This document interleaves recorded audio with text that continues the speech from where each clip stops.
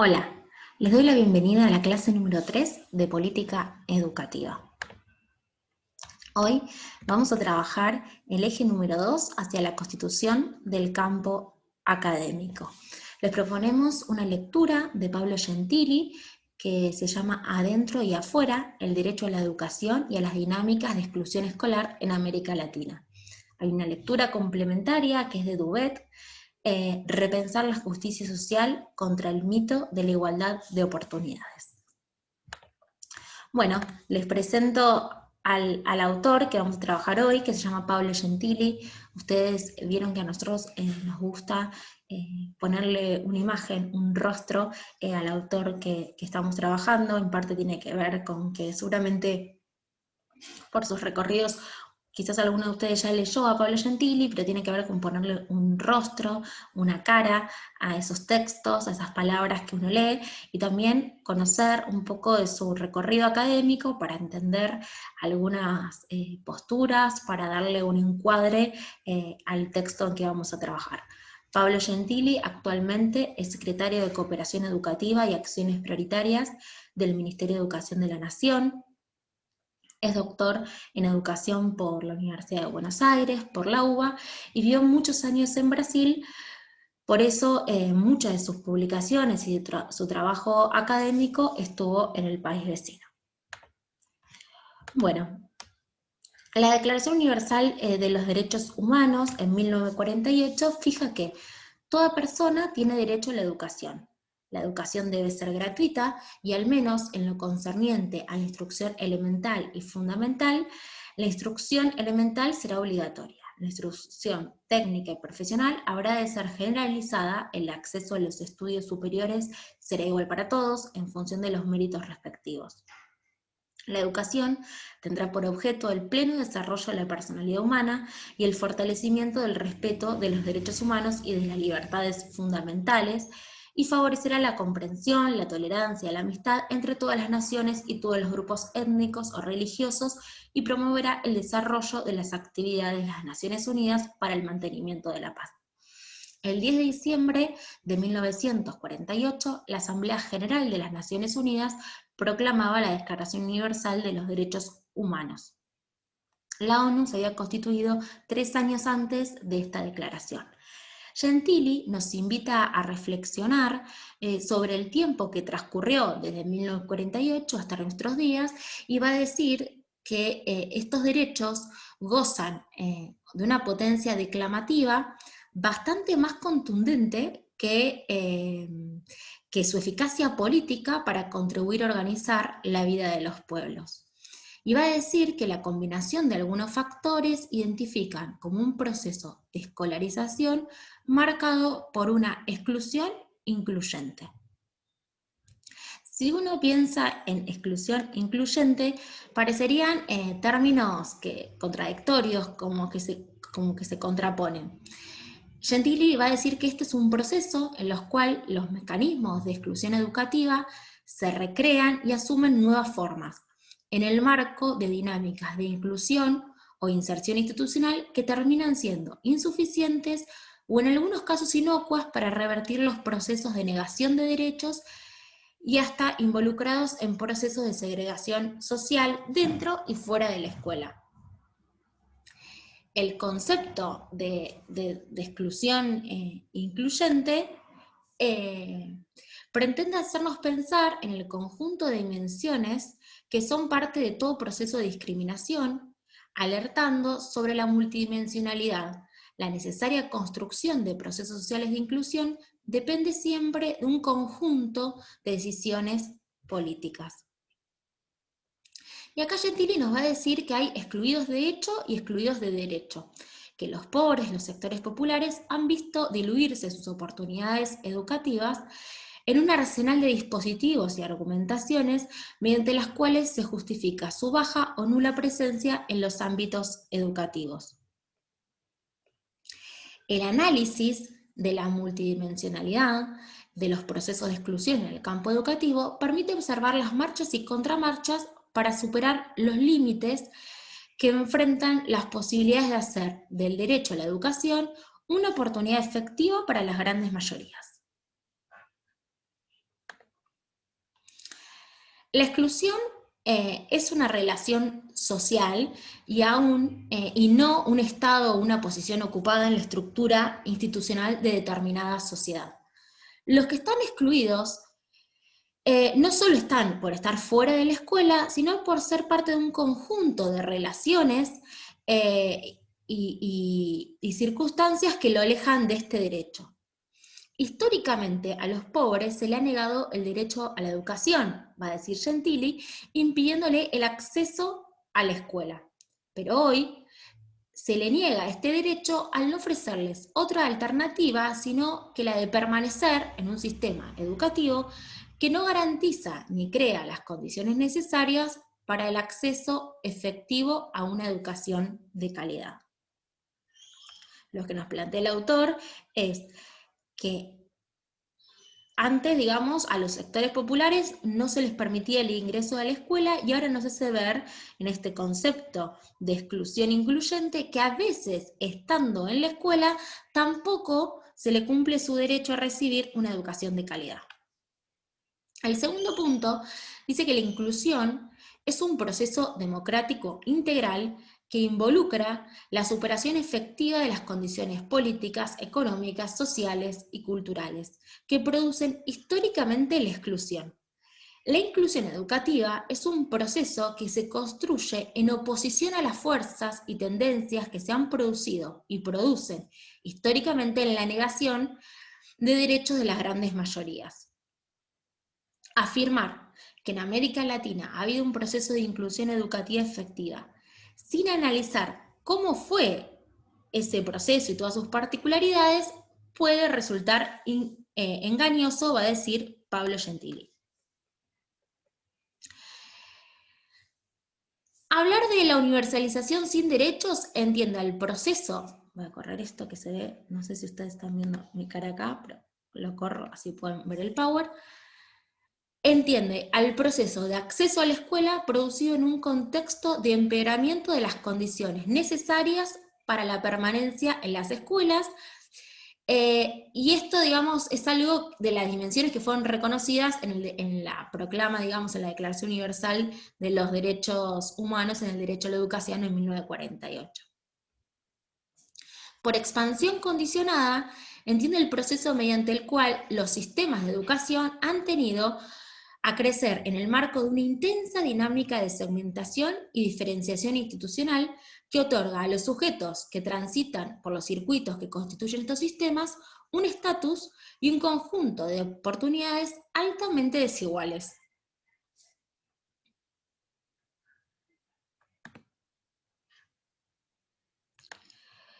Para el autor hay tres factores que contribuyen a producir la universalización sin derechos y la expansión condicionada de los sistemas educativos latinoamericanos. Uno tiene que ver con la combinación y la articulación de condiciones de pobreza y desigualdades vividas por un enorme número de personas en nuestras sociedades. El segundo tiene que ver con el desarrollo fragmentado de los sistemas escolares y las enormes diferencias de oportunidades que ofrecen las escuelas.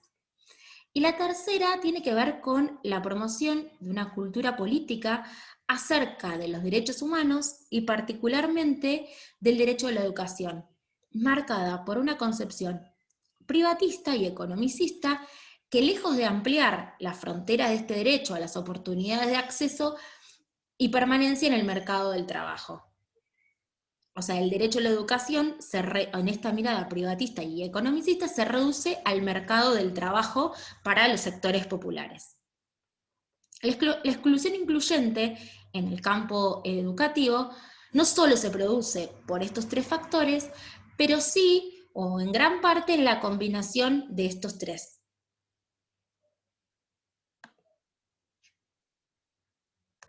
Ahí está, la otra negra. La expansión de la cobertura educativa en América Latina ha permitido que sectores tradicionalmente excluidos del sistema escolar tuvieran acceso a él. Entre tanto, los niveles de pobreza y exclusión, por un lado, siguieron siendo altos, pero lo que fue muy persistente fue la desigualdad y la injusticia social que caracteriza a toda Latinoamérica. Es decir, que cuando la pobreza ha disminuido, los niveles de desigualdad se mantienen altos. Es decir, si algún país logró mejorar sus índices de pobreza, los índices de desigualdad se mantuvieron en forma constante.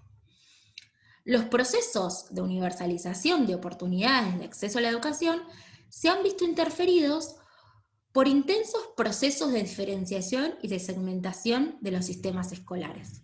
Los sistemas nacionales de educación que se encuentran en América Latina están altamente diferenciados en circuitos institucionales que concentran condiciones y oportunidades muy heterogéneas y profundamente desiguales. Existe un apartado institucional que, aunque abierto a todos, acoge de forma desigual a los sujetos en función de ciertos atributos, ¿no? Esto de en atributos, y Pablo Gentili va a decir, al menos éticamente, digamos, que tiene que ver con el color del piel, el grupo étnico, el género, ¿no? Hay un aparato institucional que se supone debería cogerlo de forma igual, pero en realidad lo hace de una forma desigual en las distintas ofertas del sistema educativo. Hoy, va a decir el autor, existen más oportunidades de acceso a la escuela que hace 60 años atrás, cuando se proclamó la Declaración Universal de los Derechos Humanos, pero también se hicieron mucho más complejas y difusas las formas de exclusión educativa y la negación de oportunidades escolares a aquellos que, estando dentro del sistema, continúan con su derecho negado. Esto es como el corazón, la idea fundamental que nos propone Pablo Gentili, que tiene que ver con esto. Antes de 1948, antes de la Declaración Universal, los sectores populares tenían negada la escuela, entonces estaba bien claro su vulneración al derecho a la educación.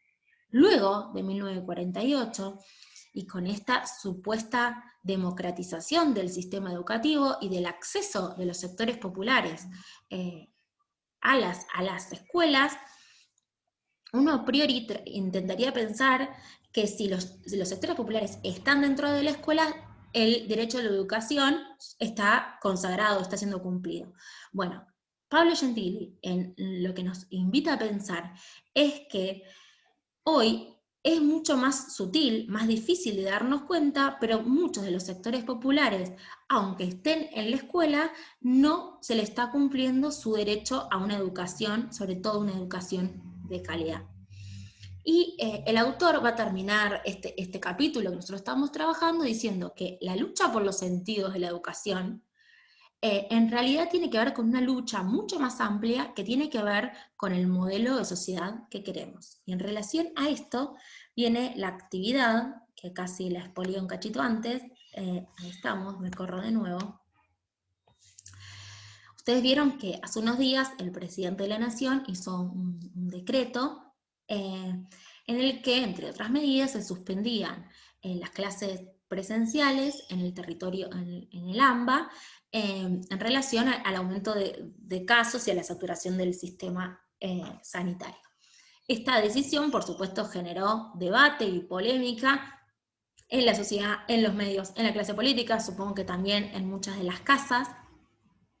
Y en medio de este debate se hizo viral un meme que se llama Samba después de 2 años sin ir al colegio.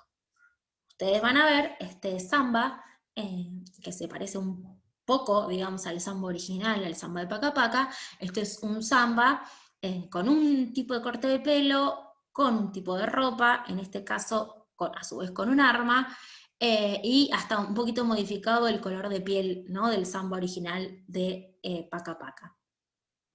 La idea es que ustedes, bueno, primero van a leer el texto de Pablo Gentili, terminar de ver la clase, recuperar cuestiones también de la clase de Claudia, del teórico, y la idea es que ustedes puedan luego leer un pequeño artículo que se llama Un meme para el racismo agazapado, de Esteban Rodríguez Alzueta, que es un investigador de la Universidad de Quilmes, en que puedan relacionarlo con el concepto de exclusión incluyente que nos propone Gentili, pero prestando fundamentalmente atención en la multidimensionalidad de los procesos de exclusión que ocurren dentro y fuera de las instituciones educativas, pero también que lo puedan poner en el contexto de pandemia, en el contexto de que este nene Samba que está escolarizado, que el año pasado tuvo educación virtual, porque lo que dicen sin ir a la escuela tiene que ver con la educación virtual. Bueno, ¿qué pasa para los chicos como Samba con la educación virtual? ¿Qué pasa con el acceso a la tecnología? ¿Qué pasa con sus clases? ¿Qué pasa con su vinculación con el sistema educativo?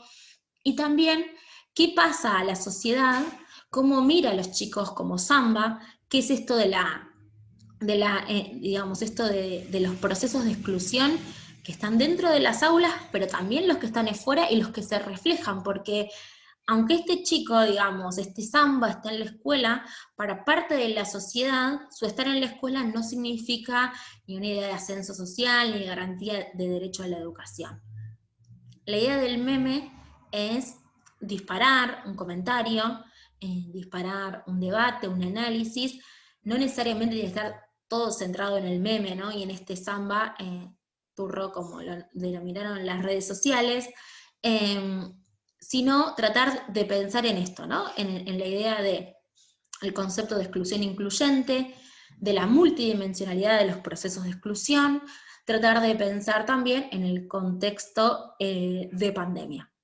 Bueno, que tengan una buena semana de trabajo. Ante cualquier duda ya saben que, no, que nos pueden comunicar, que nos pueden escribir. Deseo que sean muy activos en el foro y nos estamos leyendo.